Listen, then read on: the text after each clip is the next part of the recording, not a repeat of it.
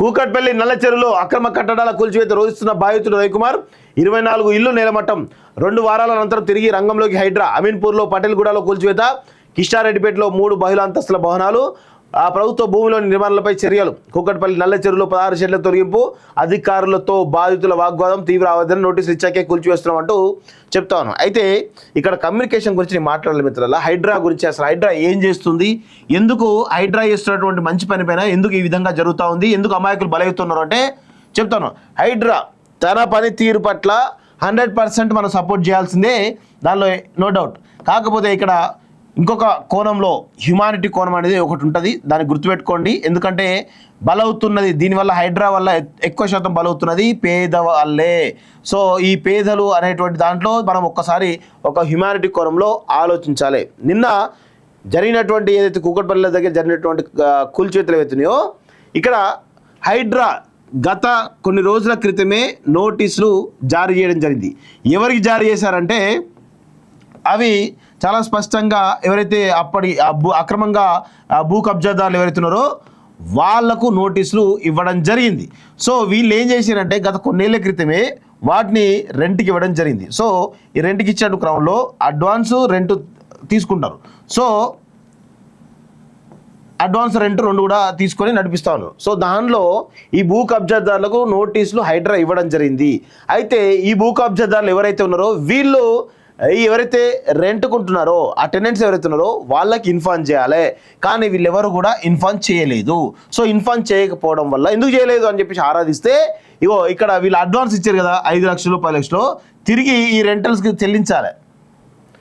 So ఎందుకు చెల్లించాలి అని చెప్పేసి కోణంలో ఈ భూ కబ్జాదారులు ఎవరైతే ఉన్నారో వీళ్లకు చెప్పకుండా ఉండడం వల్ల సో హైడ్రా అధికారులు వచ్చేసి మొత్తానికైతే కూల్చివేయడం జరిగింది. వాస్తవంగా ఇది జరుగుతున్నటువంటి విషయం. ఇది కమ్యూనికేషన్ హైడ్రా పర్ఫెక్ట్గా కమ్యూనికేట్ చేస్తూ ఉంది, కానీ అక్కడ ఈ విధమైనటువంటి పరిస్థితులు ఉండడం వల్ల మొత్తానికైతే హైడ్రా పనితీరు పైన చాలామంది అంటే మనందరూ కూడా ఏం తెలుసు, నిన్న ఆ ఏడుపులు ఆర్తనాదాలు అన్నీ విన్నాం. వాస్తవంగా నేను కూడా చాలా బాధపడ్డా. కొంత టైం ఇవ్వాల్సింది హైడ్రా అధికారులు. నిన్న ఇంకొక సంఘటన కూడా చెప్తా, హైడ్రా అధికారులు ఎవరైతే ఉన్నారో కొంత సమయం ఇవ్వాలి. వాళ్ళు సామాన్లు తీసుకపోతే చాలా స్పష్టంగా చెప్తా ఉన్నారు. స్పష్టంగా చెప్తున్నప్పటికీ కూడా మీరు ఎందుకు కనీసం వాళ్ళకి ఒక గంట టైం వాళ్ళు కనీసం సామాన్లు తీసుకుపోతా అని చెప్తా ఉంటే మీరు కనీసం హ్యుమానిటీ లేకుండా ఒక కర్కశత్వంతో బిహేవ్ చేస్తూ ఉన్నారు. ఇది మంచి పద్ధతి కాదు. రేవంత్ రెడ్డి గారు ఇప్పటికైనా కానీ హైడ్రా విషయంలో మీరు దూకుడుగా వివరిస్తున్నారు. ఖచ్చితంగా 100% మీకు సపోర్ట్ ఉంటుంది, ప్రజల నుంచి ఒక మంచి పనితీరు ఉన్నదని చెప్పేసి కూడా మద్దతు పెరుగుతూ ఉంది. కానీ పేద ప్రజల విషయంలో మధ్యతరగతి వాళ్ళు ఎవరైతున్నారో వాళ్ళు అక్కడ రెంట్ తీసుకున్నారు. అది చెరువు శిఖం భూమి అని కానీ ఎఫ్టీఎల్ అని ఎట్లా తెలుస్తుంది? అది వాడు ఎవడో ఈ భూ యజమాని టూలెట్ బోర్డు పెట్టిండు కబ్జాదారుడు పెడితే వీళ్ళు పోయి షెడ్స్లలో ఆ మిషనరీ పెట్టుకునో లేకపోతే ఇంకేదో రెస్టారెంట్లు పెట్టుకునో వాళ్ళు అడుపుకుంటా ఉన్నారు. సో కనీసం వాళ్ళకి డైరెక్ట్ ఇన్ఫార్మ్ చేయకుండా భూ కబ్జాదారులకు ఇన్ఫార్మ్ చేయడం జరిగింది. సో మరి వాళ్ళకన్నా డైరెక్ట్ ఇన్ఫార్మ్ చేయాలి కదా, ఒక 1 డే ముందో 2 డేస్ ముందో వాళ్ళు కనీసం సామాన్లు తీసుకొని పోతారు కదా. సో ఈ విధంగా మీరు హ్యుమానిటీ కోల్పోయి కర్కశత్వంతో పేద మధ్యతరగతి ప్రజలే ఎక్కువ బలవుతారు. సున్నంచేరులో బలైంది మధ్యతరగతి పేదవాళ్ళే, ఇటు కూకట్పల్లిలో జరిగినటువంటి దాంట్లో కూడా మధ్యతరగతి పేదవాళ్ళే. ఎటు పోతుంది మన పనితీరు? పేద ప్రజలు టార్గెట్గా ఇస్తారా? దయచేసి వాళ్ళు కనీసం ఆ ఉపాధి కోల్పోతారు, కంప్లీట్గా వాళ్ళ జీవనోపాధి కోల్పోతారు. రేపు రోజు అన్నం ఎట్లా తింటారు? వాళ్ళు ఏదో కంఫర్టబుల్ లైఫ్ జీవిస్తూ ఉన్నారు. దయచేసి ఇప్పటికైనా కానీ రేవంత్ రెడ్డి గారు ఈ విషయంలో కొంత సమయం పాటించాలి.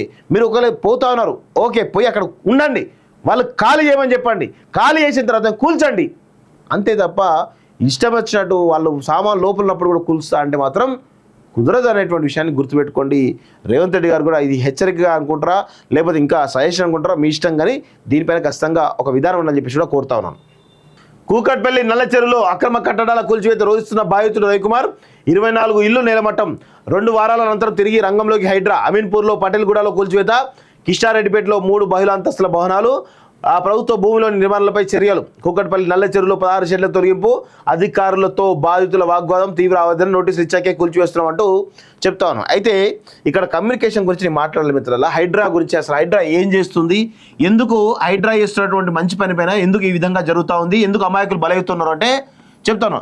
హైడ్రా తన పని తీరు పట్ల 100% మనం సపోర్ట్ చేయాల్సిందే, దానిలో నో డౌట్. కాకపోతే ఇక్కడ ఇంకొక కోణంలో హ్యుమానిటీ కోణం అనేది ఒకటి ఉంటుంది, దాన్ని గుర్తుపెట్టుకోండి. ఎందుకంటే బలవుతున్నది దీనివల్ల, హైడ్రా వల్ల ఎక్కువ శాతం బలవుతున్నది పేదవాళ్ళే. సో ఈ పేదలు అనేటువంటి దాంట్లో మనం ఒక్కసారి ఒక హ్యుమానిటీ కోణంలో ఆలోచించాలి. నిన్న జరిగినటువంటి ఏదైతే కూకట్పల్లి దగ్గర జరిగినటువంటి కూల్చివేతలు ఏవైతున్నాయో, ఇక్కడ హైడ్రా గత కొన్ని రోజుల క్రితమే నోటీసులు జారీ చేయడం జరిగింది. ఎవరికి జారీ చేశారంటే అవి చాలా స్పష్టంగా ఎవరైతే అప్పటి అక్రమంగా భూ కబ్జాదారులు ఎవరైతున్నారో వాళ్లకు నోటీసులు ఇవ్వడం జరిగింది. సో వీళ్ళు ఏం చేశారంటే గత కొన్నేళ్ల క్రితమే వాటిని రెంట్కి ఇవ్వడం జరిగింది. సో ఈ రెంట్కి ఇచ్చే క్రమంలో అడ్వాన్సు రెంట్ తీసుకుంటారు. సో అడ్వాన్స్ రెంట్ రెండు కూడా తీసుకొని నడిపిస్తూ ఉన్నారు. సో దానిలో ఈ భూ కబ్జాదారులకు నోటీసులు హైడ్రా ఇవ్వడం జరిగింది. అయితే ఈ భూ కబ్జాదారులు ఎవరైతే ఉన్నారో వీళ్ళు ఎవరైతే రెంట్కుంటున్నారో ఆ టెనెంట్స్ ఎవరైతే ఉన్నారో వాళ్ళకి ఇన్ఫార్మ్ చేయాలి, కానీ వీళ్ళెవరు కూడా ఇన్ఫార్మ్ చేయలేదు. సో ఇన్ఫార్మ్ చేయకపోవడం వల్ల ఎందుకు చేయలేదు అని చెప్పేసి ఆరాధిస్తే, ఇగో ఇక్కడ వీళ్ళు అడ్వాన్స్ ఇచ్చారు కదా 5 లక్షలు 10 లక్షలు, తిరిగి ఈ రెంటల్స్కి చెల్లించాలి. సో ఎందుకు చెల్లించాలి అని చెప్పేసి కోణంలో ఈ భూ కబ్జాదారులు ఎవరైతే ఉన్నారో వీళ్లకు చెప్పకుండా ఉండడం వల్ల సో హైడ్రా అధికారులు వచ్చేసి మొత్తానికైతే కూల్చివేయడం జరిగింది. వాస్తవంగా ఇది జరుగుతున్నటువంటి విషయం. ఇది కమ్యూనికేషన్ హైడ్రా పర్ఫెక్ట్గా కమ్యూనికేట్ చేస్తూ ఉంది. కానీ అక్కడ ఈ విధమైనటువంటి పరిస్థితులు ఉండడం వల్ల మొత్తానికైతే హైడ్రా పనితీరు పైన చాలామంది, అంటే మనందరూ కూడా ఏం తెలుసు, నిన్న ఆ ఏడుపులు ఆర్తనాదాలు అన్నీ విన్నాం. వాస్తవంగా నేను కూడా చాలా బాధపడ్డా. కొంత టైం ఇవ్వాల్సింది హైడ్రా అధికారులు. నిన్న ఇంకొక సంఘటన కూడా చెప్తా, హైడ్రా అధికారులు ఎవరైతే ఉన్నారో కొంత సమయం ఇవ్వాలి. వాళ్ళు సామాన్లు తీసుకపోతే చాలా స్పష్టంగా చెప్తా ఉన్నారు. స్పష్టంగా చెప్తున్నప్పటికీ కూడా మీరు ఎందుకు కనీసం వాళ్ళకి ఒక గంట టైం వాళ్ళు కనీసం సామాన్లు తీసుకపోతా అని చెప్తా ఉంటే మీరు కనీసం హ్యుమానిటీ లేకుండా ఒక కర్కశత్వంతో బిహేవ్ చేస్తూ ఉన్నారు. ఇది మంచి పద్ధతి కాదు. రేవంత్ రెడ్డి గారు ఇప్పటికైనా కానీ హైడ్రా విషయంలో మీరు దూకుడుగా వివరిస్తున్నారు. ఖచ్చితంగా 100% మీకు సపోర్ట్ ఉంటుంది, ప్రజల నుంచి ఒక మంచి పనితీరు ఉన్నదని చెప్పేసి కూడా మద్దతు పెరుగుతూ ఉంది. కానీ పేద ప్రజల విషయంలో మధ్యతరగతి వాళ్ళు ఎవరైతున్నారో వాళ్ళు అక్కడ రెంట్ తీసుకున్నారు. అది చెరువు శిఖంభూమి అని కానీ ఎఫ్టీఎల్ అని ఎట్లా తెలుస్తుంది? అది వాడు ఎవడో ఈ భూ యజమాని టూలెట్ బోర్డు పెట్టిండు కబ్జాదారుడు, పెడితే వీళ్ళు పోయి షెడ్స్లలో మిషనరీ పెట్టుకునో లేకపోతే ఇంకేదో రెస్టారెంట్లు పెట్టుకునో వాళ్ళు అడుపుకుంటా ఉన్నారు. సో కనీసం వాళ్ళకి డైరెక్ట్ ఇన్ఫార్మ్ చేయకుండా భూ కబ్జాదారులకు ఇన్ఫార్మ్ చేయడం జరిగింది.